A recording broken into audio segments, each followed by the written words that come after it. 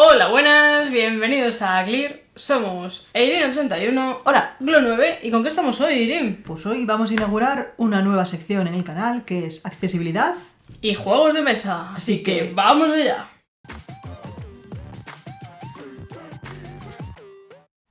Pues en esta sección vamos a hablar de accesibilidad y juegos de mesa. ¿Quién lo diría, verdad? ¿Quién lo diría? Llevamos tiempo ya pensando hacer esto y con el bagaje que tenemos un blog sobre accesibilidad y discapacidad visual desde hace ya, pues en estos 2024, hace 10 años, ¿vale? Así que queríamos hacer algo un poco enfocado en todo este tema. Tenemos formación en ello. Sí. Tanto en accesibilidad audiovisual, accesibilidad de cualquier tipo. Por ejemplo, yo tengo máster en accesibilidad, me he formado en diferentes cuestiones de accesibilidad, tengo discapacidad. Exacto. Y además, por ejemplo, hemos trabajado con personas con discapacidad también. Entonces tenemos todo ese bagaje y nos encantan los juegos de mesa. Sí. ¿No? Es un mundo que, bueno, pues tiene sus pros y sus contras, porque es verdad que llevar la accesibilidad a los juegos de mesa, primero, cada accesibilidad es un mundo y por eso queríamos hacer este primer capítulo donde vamos a explicar qué es la discapacidad, qué es la accesibilidad y, bueno, pues... ¿Y qué vamos a hacer? El mundo lúdico. Exactamente. Empezamos, por ejemplo, lo que es la discapacidad. Mucha gente... Bueno, aquí podríamos hacer una teoría, hablar todas las teorías que hubo, si médicas y demás. Antes era como el problema que tenías tú, ahora se enfoca más en las limitaciones que tienes respecto a tus habilidades, digámoslo así, las limitaciones que tienes frente al entorno, ¿no? Una persona que tiene discapacidad visual pues tiene limitaciones en ciertos aspectos por no poder ver bien, físicas, auditivas, bueno, eso sí, tipos de discapacidad. Hay la discapacidad sensorial, ¿Sí? que puede ser visual, auditiva o incluso puedes tener sordoceguera, que es la mezcla de las dos. Después tenemos la discapacidad física, que afecta sobre todo a cuestiones motrices y estas cosas. La intelectual, pues problemas cognitivos de, digámoslo así, ¿no? De procesos cognitivos que a lo mejor tienes más problemas para entender ciertas cosas y demás, ¿no? Ciertos aspectos, o la madurez, digamos, mental. Por otro lado tenemos la discapacidad mental, ¿vale? Que estos ya es problemas, pues, psicosociales, que lo suelen llamar, pues, por cuestiones de salud mental, principalmente. Y la orgánica, que la meterían también en la discapacidad física, porque son cuestiones de te falta un órgano, o funciona mal ese órgano, o lo que sea. Y después siempre hay las discapacidades múltiples, que pueden ser que tienes diferentes mezcladas, combinaciones, ¿vale? Sí. Entonces, esto es todas las limitaciones que nos puede provocar una discapacidad. Y bueno, hay que hablar que las discapacidades tienen diferentes grados. Sí. Y cada persona puede tener diferentes cosas, ¿vale? Sí. Aquí... O sea, que dos personas que tienen la misma discapacidad van a ser diferentes, ¿vale? Exactamente, no es como un... patrón. Sí, no como una cosa cerrada en la que tú tienes discapacidad visual, tú tienes tal. Dentro de discapacidad visual, por ejemplo, tenemos la ceguera, que no ves nada, o que puedes ver a lo mejor un poquito, solo luces, gente que tiene cierto resto visual que sí le permite ver cosas, gente que a lo mejor tiene otro tipo de problemas visuales, entonces por ahí es que es todo un mundo, ¿vale? Es bastante amplio, no es que esto es esto y esto es otro, no, para nada. ¿Vale? Se simplifica mucho. Exactamente, mucho, exactamente. Y hay diferentes también, a veces hay variaciones de los tipos de discapacidad, pero básicamente son estos, ¿vale? Luego tenemos la accesibilidad, ¿vale? Que la accesibilidad es algo importante, la accesibilidad universal, que es como la condición que tienen que tener las cosas, por ejemplo, en este caso los juegos de mesa, o los servicios, o los productos, o los procesos, para que todos podamos disfrutarlos de manera igual. Correcto. En igualdad de condiciones, ¿no? Sí. Que tengamos, digamos, las mismas oportunidades, ¿vale? La accesibilidad universal.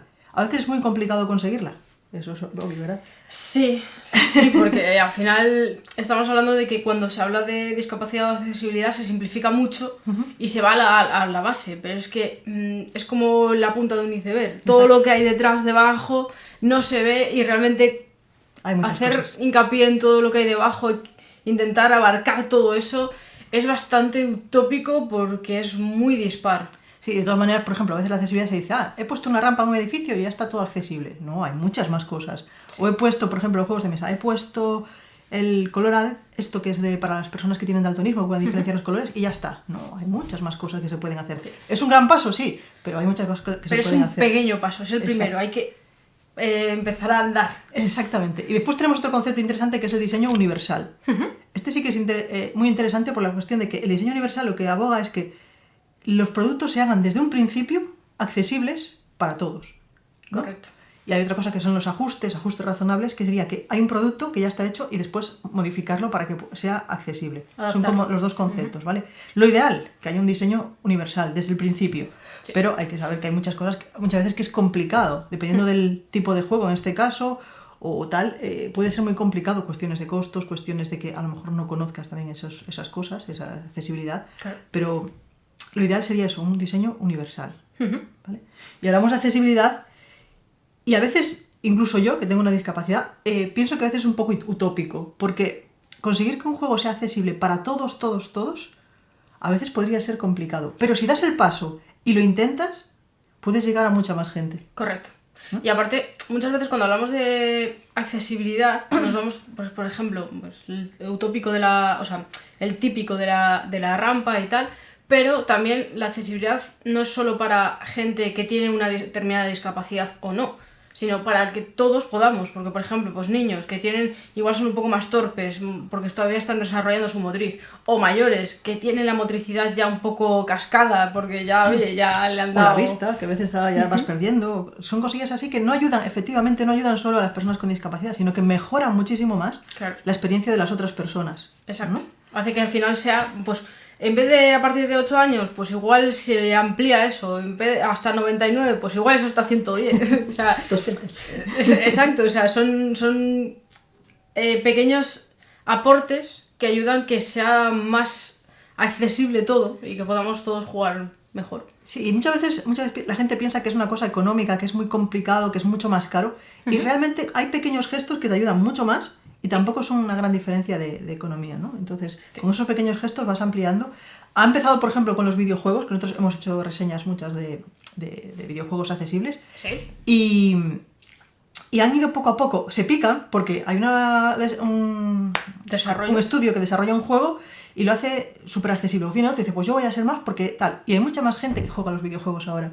Sí. Y eso es un gran logro. Y yo creo que los juegos de mesa ahora también se están moviendo otra vez, también mucho. Sí. Y eso se agradece muchísimo, ¿no? Sí. Porque es una cosa que a nosotros nos importa bastante. Y de hecho nosotros en las reseñas, cuando hacemos reseñas que tenemos en la web o en los vídeos, siempre hacemos un pequeño apartado para la accesibilidad, ¿vale? Correcto.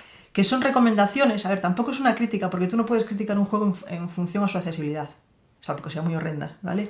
Pero entendemos que editoriales o autores tampoco, a lo mejor no tienen esos conceptos. Entonces son como recomendaciones que hacemos para decir, oye, pues este juego si lo hicieses así, estaría mucho más accesible, ¿no? Sí, porque nos vamos con una cosa primordial, que muchas veces, si en tu entorno no lo tienes, para ti no es algo normal, no lo vives cada día. Entonces, al no vivirlo, pues es verdad que no te das cuenta porque no tienes desarrollada esa empatía.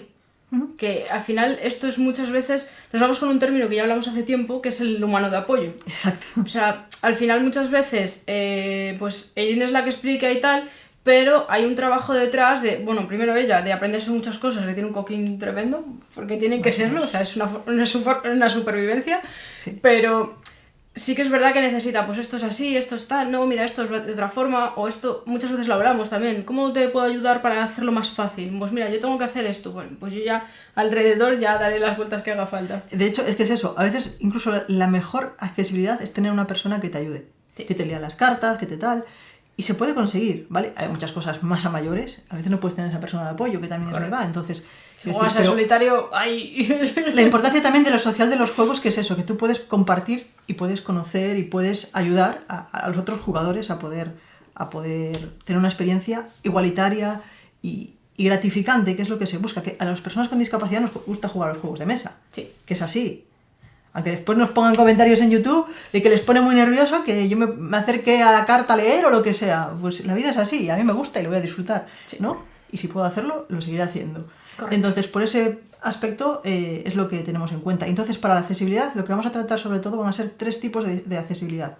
La física, pues cuestiones de problemas de motricidad que tiene la gente de motricidad para poder manejar cosas o para poder moverse con los elementos, principalmente. Que hay, por ejemplo, los tableros de doble capa hacen muchísimo. Exacto. Cuidado. Además, es cosas que sirven para distintas discapacidades también. Entonces, por ahí. Sobre todo la sensorial, visual y auditiva. La visual. Yo ahí tengo muchas más experiencias, te puedo profundizar más. Sí. Y después tenemos también la cognitiva. Esto abarca sobre todo pues iconografías, explicaciones, que aquí los manuales a veces y cosillas así, ¿no? Cómo puedes entender el juego, si es difícil o fácil de entender, para qué tipo de personas y demás, ¿no? Y también haremos hincapié en los elementos. Correcto. Tendremos ejemplos de juegos que son accesibles o que tienen implementadas acciones de accesibilidad, y también hablaremos de diferentes elementos y cómo pueden hacerse accesibles.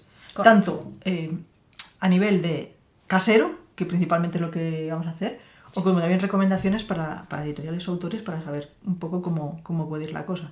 Porque realmente la accesibilidad, sacando algunos juegos que sí han hecho la versión accesible, por ejemplo aquí Lucky Numbers, que lo hemos visto. Lucky Numbers Deluxe.